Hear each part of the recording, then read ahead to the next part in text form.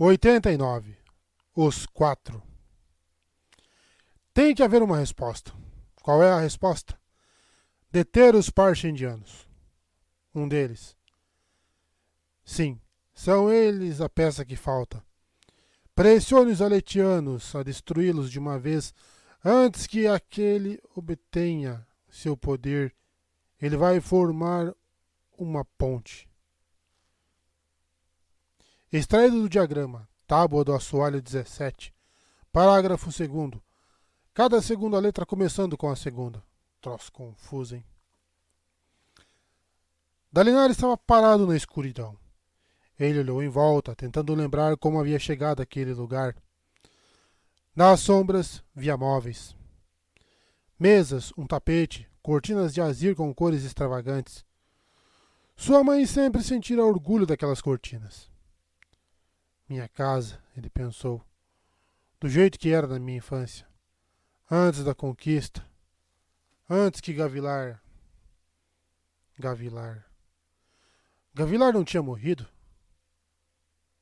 Não. Dalinar ouvia a gargalhada do irmão na sala ao lado. Ele era uma criança. Os dois eram crianças. Dalinar cruzou a sala sombria, sentindo a alegria difusa da familiaridade. De coisas que eram como deveriam ser. Ele havia deixado suas espadas de madeira lá fora. Tinha uma coleção, cada uma talhada como uma espada fractal. Já estava grande demais para brincar com elas, naturalmente, mas ainda gostava de tê-las, como uma coleção. Ele foi até as portas da varanda e abriu-as. Foi banhado por uma luz cálida. Um calor profundo, envolvente, penetrante. Um calor que atravessou sua pele até seu âmago. Ele fitou aquela luz, mas não foi cegado. A fonte era distante, mas ele a conhecia. Ele a conhecia muito bem. Sorriu. Então despertou. Sozinho em seus novos aposentos, em um retiro, um quarto temporário até que vasculhassem a torre inteira. Uma semana havia se passado desde que chegara àquele lugar e as pessoas dos acampamentos haviam finalmente começado a aparecer, trazendo esferas recarregadas durante a grande tormenta inesperada. Eles precisavam muito mais de tais para fazer o sacro-portal funcionar. As pessoas dos acampamentos chegaram na hora certa. A tempestade eterna ainda não havia voltado, mas caso se movesse como uma grande tormenta comum, deveria chegar em breve. Dalinar ficou sentado na escuridão por um breve momento, contemplando o calor que experimentara. O que havia sido aquilo? Era um momento estranho para receber uma visão. Elas sempre vinham durante as grandes tormentas.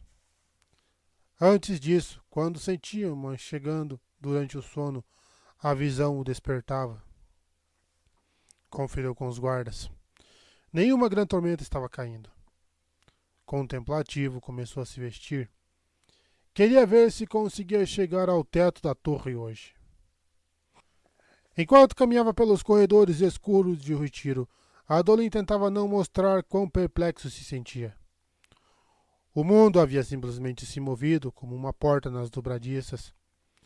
Alguns dias atrás, seu noivado causal era de um homem poderoso com uma descendente relativamente menor de uma casa distante.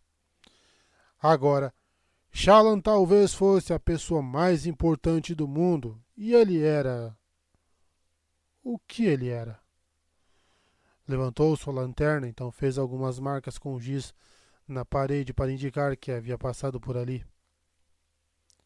A torre era enorme. Como se mantinha de pé?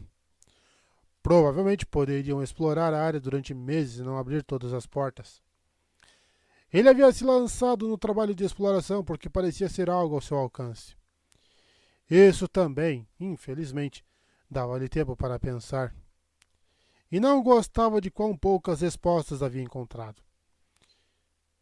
Ele se virou, percebendo que havia se afastado muito do resto do grupo de batedores. Fazia isso com uma frequência cada vez maior.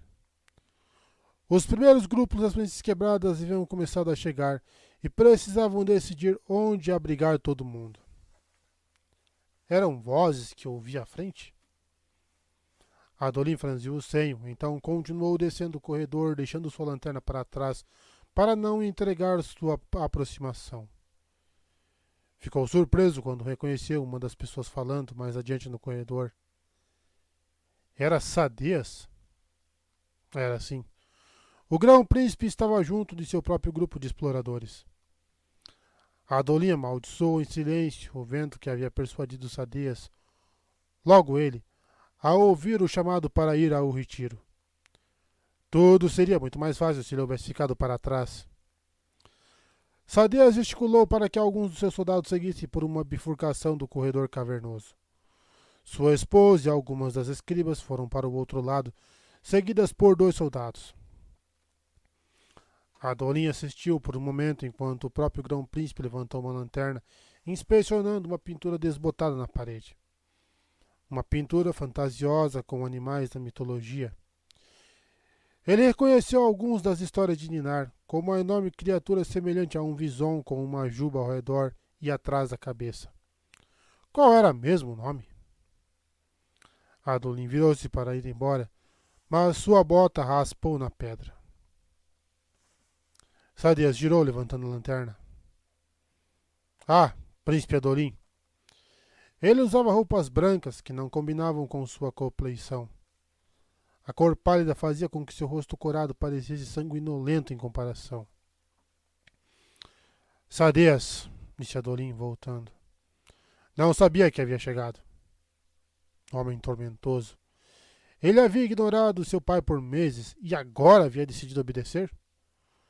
O grão-príncipe caminhou tranquilamente pelo corredor, passando por Adolin. Este lugar é notável. Deveras notável. Então reconhece que meu pai estava certo, que as visões dele são verdadeiras. Os esvaziadores voltaram e você bancou o tolo.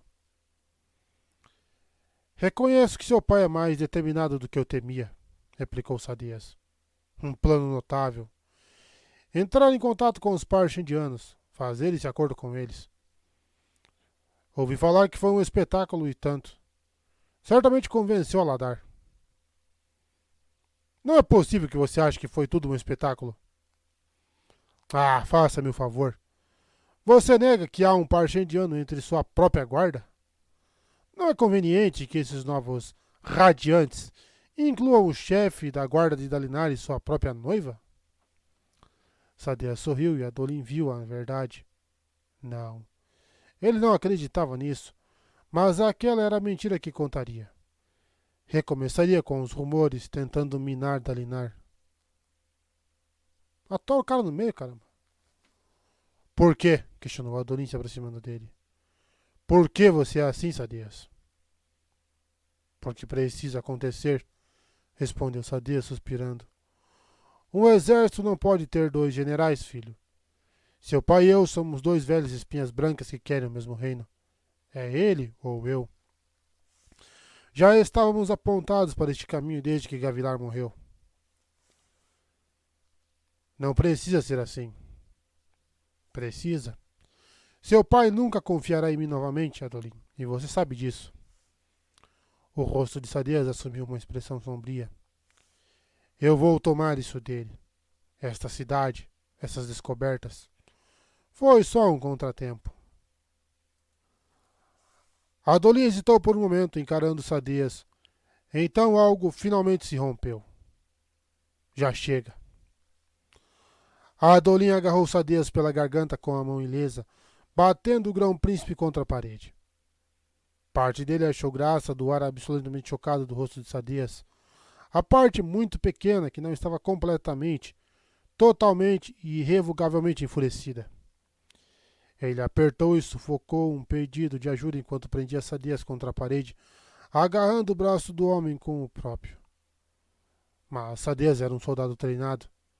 Ele tentou se livrar da pegada, agarrando o braço de Adolin e torcendo. Adolin manteve a pegada, mas perdeu o equilíbrio. Os dois caíram de maneira caótica, rolando e se contorcendo. Não havia ali a intensidade calculada dos duelos, ou mesmo a luta metódica do campo de batalha. Eram 2 homens suados e tensos, os 2 à beira do pânico. Adolin era mais jovem, mas ainda estava machucado pela luta com o assassino de branco. Conseguiu ficar por cima e, enquanto Sadia se esforçava para gritar, Adolin bateu a cabeça do homem contra o chão de pedra para atordoá-lo. Com a respiração arquejante, Adolin pegou sua faca de cinto e golpeou na direção do rosto de Sadias, mas o homem conseguiu levantar as mãos para agarrar seu pulso. Adolin grunhiu, forçando a aproximação da faca, que segurava com a mão esquerda. Ele juntou a mão direita ao esforço, o pulso queimando de dor, enquanto se apoiava na guarda da lâmina. Suor salpicava a testa de Sadias, a ponta da faca tocando a base da sua narina esquerda. Meu pai acha que eu sou um homem melhor do que ele, grunhiu Adolin, o suor pingando do seu nariz pela lâmina da faca. Ele fez mais força e sentiu a pegada de Sadias enfraquecer. Infelizmente para você, ele está errado. Sadias gemeu. Com um impulso, Adolin forçou a lâmina além do nariz de Sadias na direção do seu globo ocular, perfurando o olho como uma fruta madura, e a enterrou até atingir o cérebro. Sadias estremeceu por um momento, o sangue se acumulando ao redor da lâmina, enquanto Adolin a torcia, só para garantir. Um segundo depois, uma espada fractal apareceu ao lado de Sadias. A espada fractal do seu pai. Sadias estava morto. Caralho!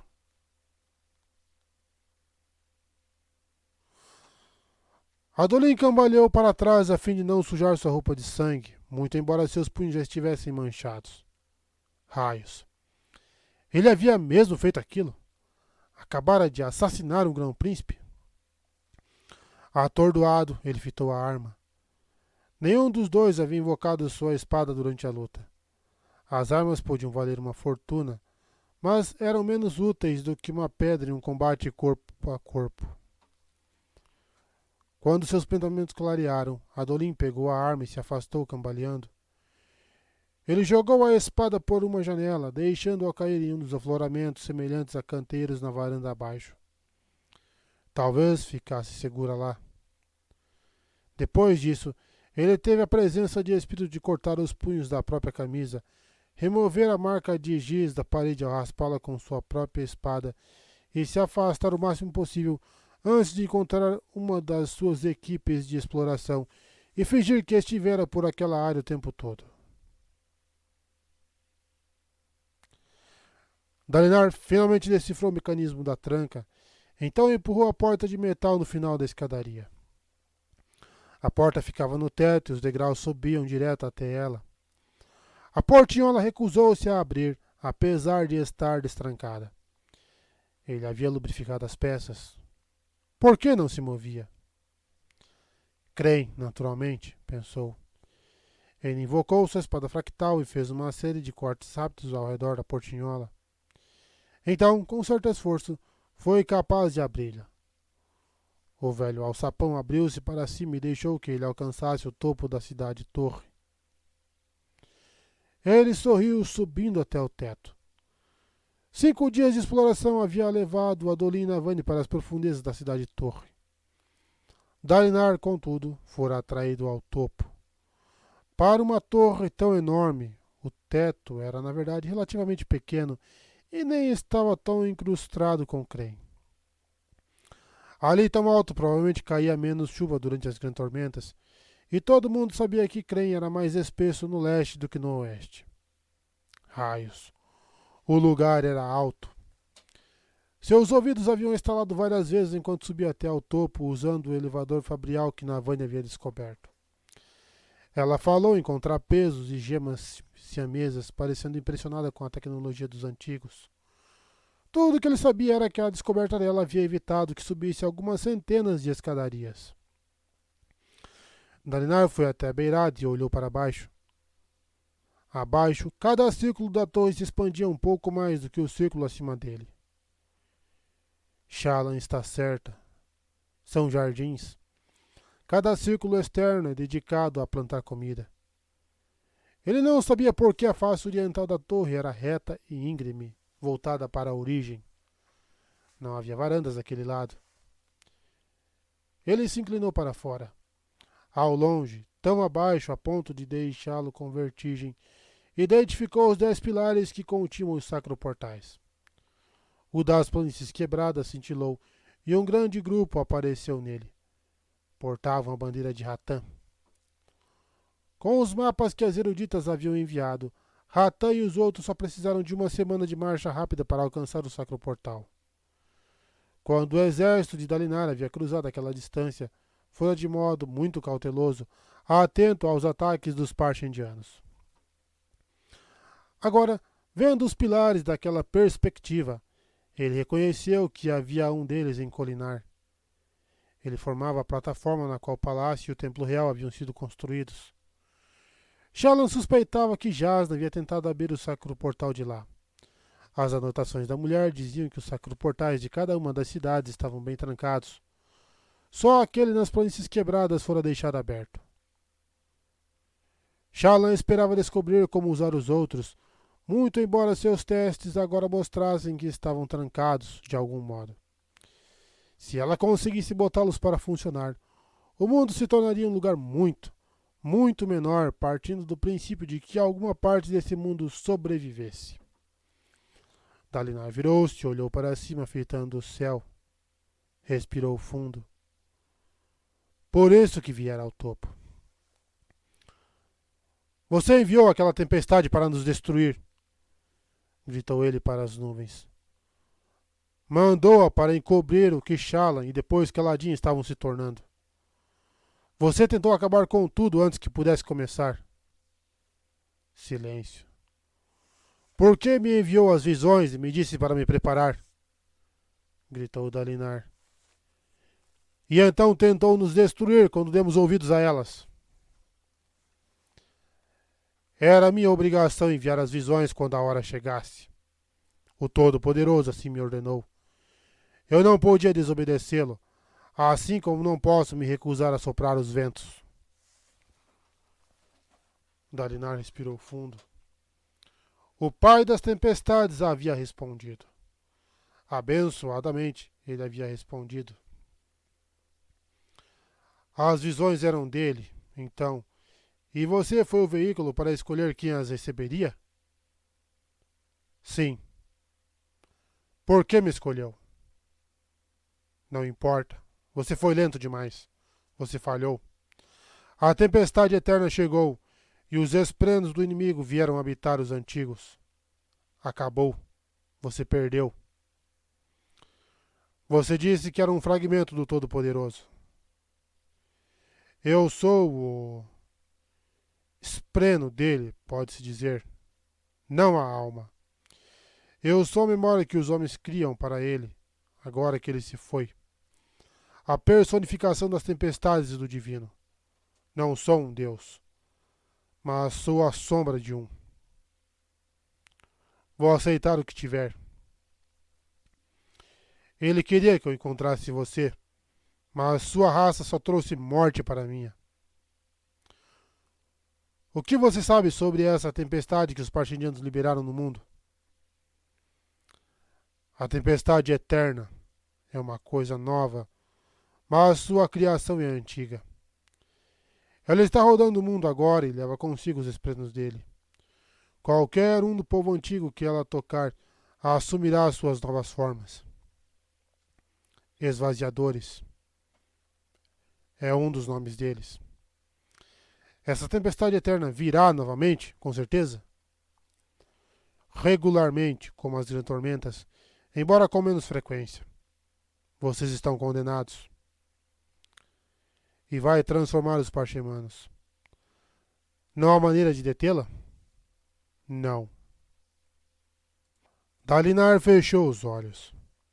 Era como ele temia. Seu exército havia derrotado os Parchendianos, sim, mas eles eram apenas uma fração do que estava por vir. Logo enfrentaria centenas de milhares deles. As outras terras não lhe davam ouvidos. Havia conseguido falar, via telepena, com o imperador de Azir em pessoa, um novo imperador, já que Sizete havia visitado o último. Não houvera guerra de sucessão em Azir, naturalmente.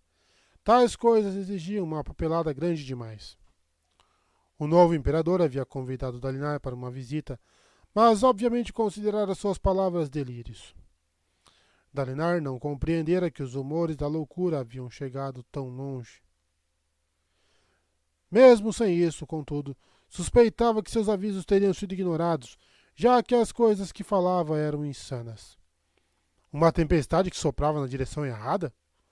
Parchemanos se transformando em esvaziadores? Só Taravangian e Carbrant, e agora, aparentemente, de Jaqueved, parecia disposto a ouvir. Que os arautos abençoassem aquele homem. Com sorte, ele levaria alguma paz para aquela terra torturada. Dalinar havia pedido mais informações sobre como ele havia obtido o trono. Os relatos iniciais indicavam que ele chegara ao posto inesperadamente, por acaso. Mas o cargo era recente demais e Jaqueved estava arruinada demais para que ele pudesse fazer muito. Além disso, havia súbitos e inesperados relatórios chegando via Telepena de revoltas em Colinar. Ainda não possuía respostas claras sobre isso. E que história era aquela que ouvira de uma praga em Lago Puro? Raios! Que bagunça tudo se tornara! Ele teria que fazer algo em relação a isso, a tudo isso. Você vai querer fazer as coisas certas para ajudar os outros. E tem boa chance dos infelizes meter a faca nas tuas costas depois de conseguirem. Dalinar olhou novamente para o céu. Fui ordenado a refundar os Cavaleiros Radiantes. Preciso fazer parte deles, se pretendo liderá-los. Trovão distante ecoou pelos céus, embora não houvesse nuvens. Vida antes da morte, gritou Dalinar. Força antes da fraqueza. Jornada antes do destino. Eu sou o fragmento do próprio Todo-Poderoso, disse a voz soando zangada. Eu sou o pai das tempestades. Não me permitirei ser vinculado de modo a morrer. Eu preciso de você, replicou Dalinar, apesar do que fez. O carregador de pontes me falou sobre fazer votos e sobre como o de cada ordem de cavaleiros era diferente. O primeiro ideal é o mesmo. Depois disso, cada ordem é única, exigindo palavras diferentes. O trovão estrondou. Soou como um desafio. Dalinar agora sabia interpretar o trovão? Aquela era uma jogada perigosa. Estava confrontando algo primordial, algo incognoscível, algo que havia ativamente tentado assassinar a ele e a todo o seu exército. Felizmente, eu conheço o segundo juramento que devo fazer, disse Dalinar. Não preciso que me digam. Eu vou unir em vez de dividir para as tempestades. Eu vou juntar os homens. O trovão silenciou. Dalinar estava sozinho, olhando para o céu, esperando. Muito bem, disse o pai das tempestades, finalmente. Essas palavras foram aceitas. Dalinar sorriu. Não serei uma simples espada para você, alertou o pai das tempestades. Não virei quando você chamar, e vai ter que se livrar dessa monstruosidade que carrega. Você será um radiante sem fractais. Será como deve ser, disse Dalinar, invocando sua espada fractal. Assim que ela apareceu, gritos soaram na sua cabeça. Ele deixou cair a arma como se fosse uma enguia que houvesse tentado mordê-lo. Os gritos desapareceram imediatamente. A espada retiniu ao cair no chão. Desconectar-se de uma espada fractal supostamente era um processo difícil que exigia concentração e um toque em sua pedra. Mas aquela ali se separou dele em um instante. Deu para sentir. Qual foi o significado da última visão que recebi? Disse Dalinar. A dessa manhã que veio sem uma grande tormenta. Nenhuma visão foi enviada esta manhã. Foi sim, eu vi luz e calor. Um simples sonho. Não veio de mim, nem dos deuses. Curioso, Dalinar poderia jurar que a sensação era a mesma das visões, se não mais forte. Vá, vinculador, disse o pai das tempestades. Ah, é vinculador. Lidere seu povo moribundo para o fracasso. Ódium destruiu o próprio Todo-Poderoso. Você não é nada para ele. O Todo-Poderoso era passível de morrer, disse Dalinar. Se isso é verdade, então esse ódium também é. Descobriram a maneira de fazer isso. As visões mencionam um desafio, um campeão. Você sabe algo a respeito? O céu não deu resposta além de um simples trovão. Bem, haveria tempo para mais perguntas depois. Dalinar desceu do topo de um retiro e adentrou novamente a escadaria.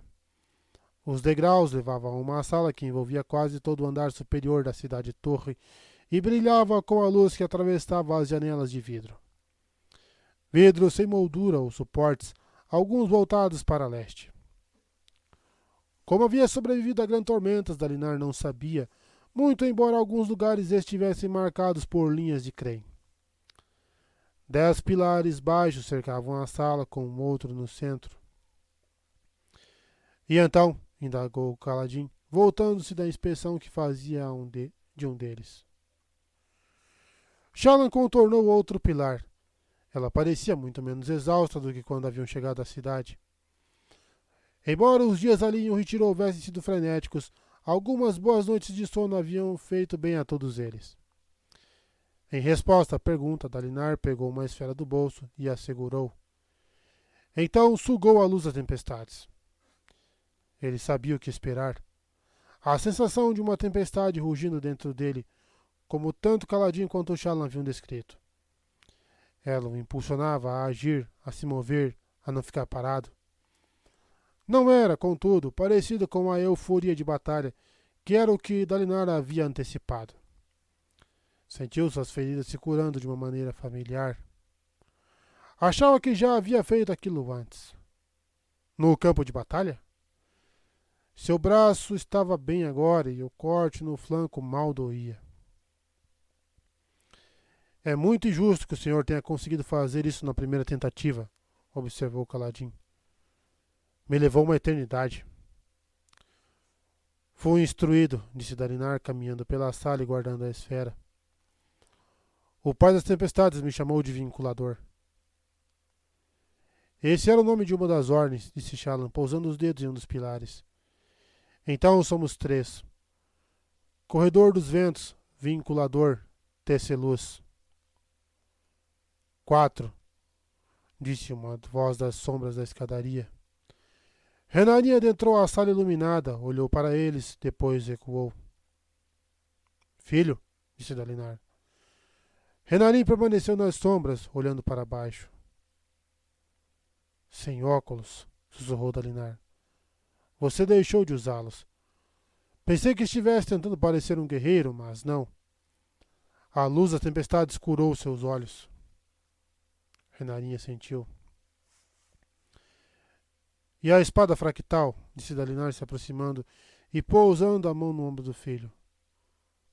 Você ouvia gritos. Foi isso que aconteceu na arena. Não conseguiu lutar devido aos gritos na sua cabeça por invocar a espada. Por quê? Por que não disse nada? Pensei que o problema fosse eu, sussurrou Renarin. Minha mente. Mas Gliss diz... Renarin piscou. Sentinela da verdade. Sentinela da verdade? Repetiu Caladinho, olhando para Shallan. Ela balançou a cabeça. Eu caminho pelos ventos, ela tece luz. O lume nobre de Dalinar forja vínculos. O que você faz? Renarin encontrou o olhar de Caladinho do outro lado da sala. Eu vejo. 4 ordens, disse Dalinar, apertando o ombro de Renarin com orgulho. Raios. O rapaz estava tremendo. O que o deixava tão preocupado? Dalinar se voltou para os outros. As outras ordens também devem estar voltando. Precisamos descobrir os escolhidos pelos Esprenos. E rápido, pois a tempestade externa está vindo e é pior do que temíamos. Como? Quis saber Shallan. Ela vai mudar os Parchemanos, disse Dalinar. O pai das tempestades confirmou. Quando aquela tempestade chega, também traz de volta os esvaziadores. Da nação, disse Caladin. Preciso voltar a Aletkar, a Lar Petra. Ele partiu a passos largos para a saída. Soldado, chamou Dalinar. Eu fiz o que pude para avisar nosso povo. Meus pais estão lá, disse Caladin. E o senhor da cidade de lá tem parchemanos. Estou indo.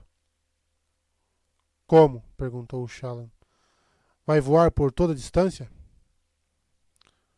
Vou cair, mas sim. Ele fez uma pausa na porta. De quanta luz vai precisar, filho? Indagou Dalinar. Eu não sei, admitiu Caladin. Provavelmente de muita. Shallan olhou para Dalinar. Eles não tinham luz da tempestade sobrando. Embora as pessoas dos acampamentos de guerra houvessem trazido esferas recarregadas, ativar o sacro portal consumia muita luz das tempestades, dependendo de quantas pessoas eram transportadas. Ao acender as lâmpadas na sala no centro do sacro portal era apenas a quantidade mínima necessária para iniciar o dispositivo. Transportar muitas pessoas também esgotava parcialmente as gemas infundidas que elas traziam. Vou lhe dar o que puder, rapaz, disse Dalinar. Vá com minha bênção. Talvez haja o bastante para você ir até a capital e depois ajudar as pessoas lá. Caladinho assentiu. Vou preparar uma bolsa. Preciso sair em até 1 hora. Ele mergulhou da sala para a escadaria abaixo. Dalinar sugou mais luz das tempestades e sentiu a última das suas feridas se remendar. Era uma habilidade fácil de se acostumar. Ele enviou Renarin para falar com o rei e requisitar alguns bronzes de esmeralda que Caladin pudesse usar durante a viagem. Elrocar finalmente chegara na companhia de um grupo de herdazianos inesperadamente. Um deles alegava que seu nome precisava ser acrescentado à lista dos reis aletianos. Renarin saiu animado para obedecer à ordem. Ele parecia querer alguma tarefa. Ele é um dos cavaleiros radiantes, pensou Dalinar vendo-o partir. Provavelmente é melhor parar de usá-lo como mensageiro. Raios. Estava realmente acontecendo. Shallan havia caminhado até as janelas. Dalinar foi até ela. Era a face oriental da torre, a borda plana que olhava diretamente para a origem. Caladin só terá tempo de salvar uns poucos, disse Shallan, se tanto. Somos 4, Luminobre. Só 4 contra uma tempestade cheia de destruição. É o que é. Tantos vão morrer. E salvaremos aqueles que pudermos, disse Dalinar, voltando-se para ela. Vida antes da morte, Radiante. Essa é a tarefa que juramos cumprir. Ela estreitou os lábios, ainda olhando para leste, mas assentiu. Vida antes da morte, Radiante. Nossa, que surpresa, hein?